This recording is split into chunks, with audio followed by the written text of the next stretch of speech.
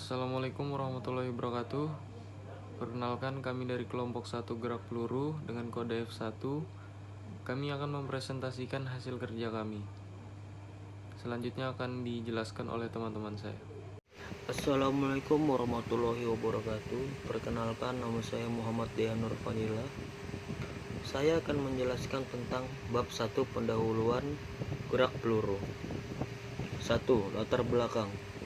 Pada praktikum gerak peluru, ini akan mempelajari gerak benda dalam satu dimensi dengan membahas terlebih dahulu gerak dua dimensi yang kemudian akan beralih ke hal yang lebih khusus dengan hanya melibatkan satu dimensi saja yang biasa ditinjau dari kecepatan, percepatan, dan perpindahan, serta gerak vertikal murni dari benda jatuh yang mendapat percepatan karena adanya gaya gravitasi. Dapat dilihat pula gerak yang lebih umum dari benda-benda yang bergerak di udara dalam hal dua dimensi di permukaan bumi seperti bola yang dipukul atau dilemparkan pada permainan baseball. Peluru yang ditembakkan, bola yang ditendang, dan para atlet lompat jauh yang melakukan suatu lompat jauh. Peristiwa-peristiwa seperti di atas merupakan beberapa aplikasi dari prinsip gerak peluru. Gerak parabola yang terjadi karena ketika benda dilemparkan diakibatkan oleh beberapa faktor yang akan dipelajari dalam praktikum ini, dan juga hubungan antara faktor-faktor tersebut yang akan dibahas dalam praktikum ini seperti jarak, tinggi yang dicapai, dan lain-lain. 2. Perumusan masalah.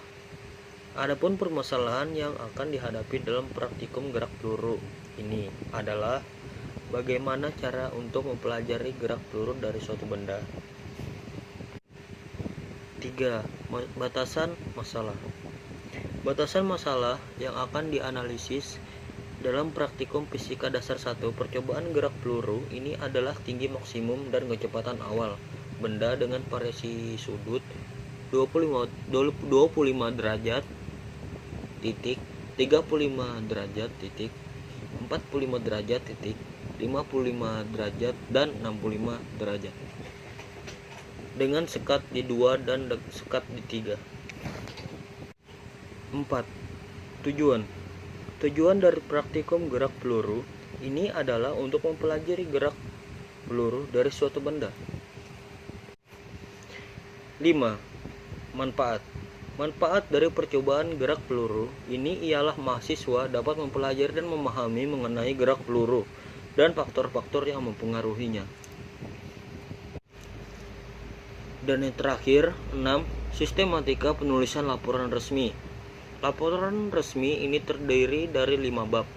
Bab 1 berisi pendahuluan yang mencakup latar belakang, perumusan masalah, batasan masalah, tujuan, manfaat, dan sistematika penulisan laporan resmi.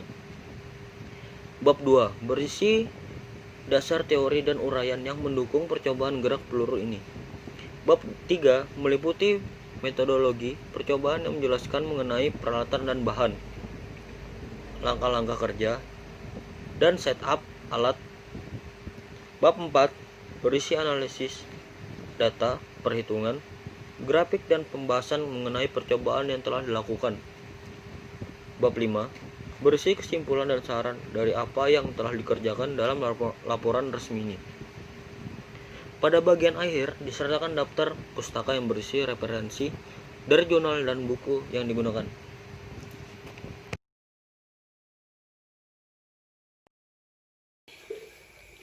Dua. Dasar teori. Disebut gerak peluru karena gerak ini yang akan ditempuh oleh setiap peluru yang ditembakkan ke atas dengan membentuk sudut tertentu terhadap arah horizontal, atau yang ditembakkan dengan sudut sembarang dari ketinggian tertentu. Setiap benda yang dilempar ke atas dalam arah tidak vertikal atau ditembakkan dengan sudut sembarang dari ketinggian tertentu melakukan gerak peluru. Pada saat ditembakkan, peluru memiliki dua komponen kecepatan. Komponen kecepatan arah horizontal dan vertikal adalah V0x sama dengan V0 cos sudut dan V0y sama dengan V0 sin sudut. Kita lihat seperti contoh gambar di atas. Komponen horizontal kecepatan peluru selalu konstan, tetapi komponen vertikal selalu berubah. Itu dikarenakan vertikal disebabkan percepatan gravitasi.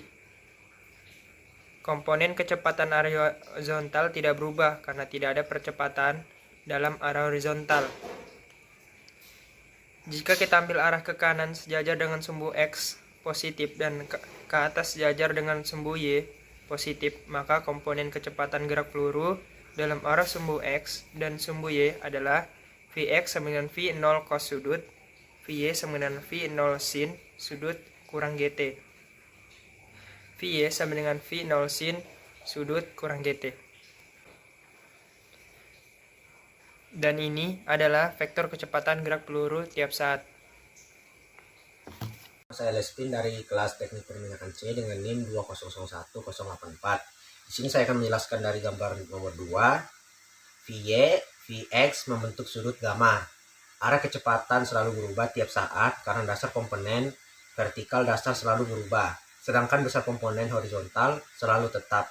Jika sudutnya seperti di gambar, maka tan gamma sama dengan Vy per Vx sama dengan V0 sin theta dikurang GT per V0 cos theta.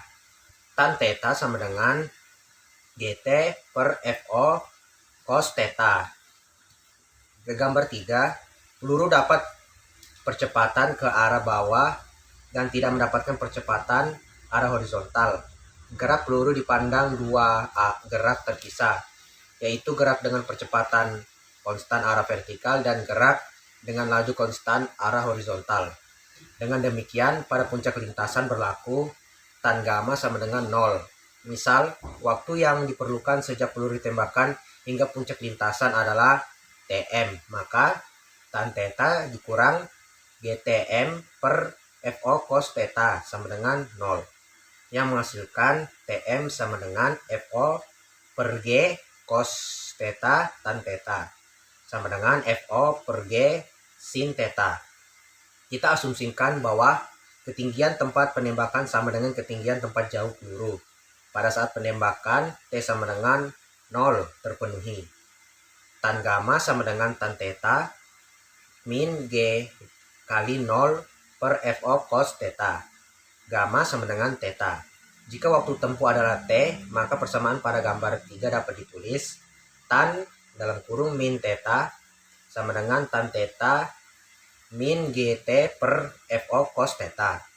Min tan theta sama dengan tan theta min GT per FO cos theta. Atau T sama dengan 2 V0 per G cos theta tan theta sama dengan 2 V0 per G sin theta. Sekian dan terima kasih. Perkenalkan, nama saya Muhammad Viko Pratama. Saya akan menjelaskan metode penelitian gerak peluru.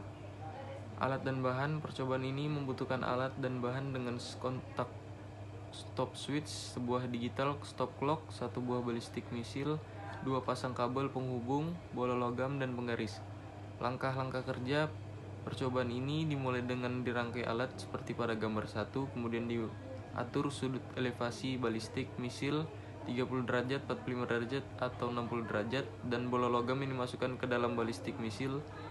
Bola logam yang digunakan ada 2 jenis, yaitu bola kecil dan bola besar. Setelah itu ditembakkan peluru dengan cara pelatuk ditembak, ditarik. Pelatuk ditembak divariasi dalam 3 kecepatan, yaitu kecepatan sekat 1, kecepatan sekat 2, kecepatan sekat 3. Jarum stop clock mulai dijalankan pada saat peluru ditembakkan dan dimatikan ketika peluru telah mencapai lantai. Setelah berhenti, dicatat waktu dan jarak horizontal yang ditempuh peluru. Selain itu, perlu dicatat tinggi dari balistik misil, tiap variasi data, serta panjang dari pelatuk balistik misil ke ujung alat balistik misil. Percobaan diulangi hingga 10 kali untuk tiap variasi. Sekian dari saya. Wassalamualaikum warahmatullahi wabarakatuh. Saya Jambut Rasudi, saya akan menjelaskan pada bagian 1.5 itu prosedur praktikum. Pada data kelompok 1 kami telah diberikan data yaitu massa sebesar 5 kg, diameter sebesar 0,2 meter, theta atau sudutnya adalah 30 derajat, gravity yaitu 9,81 meter per sekon kuadrat.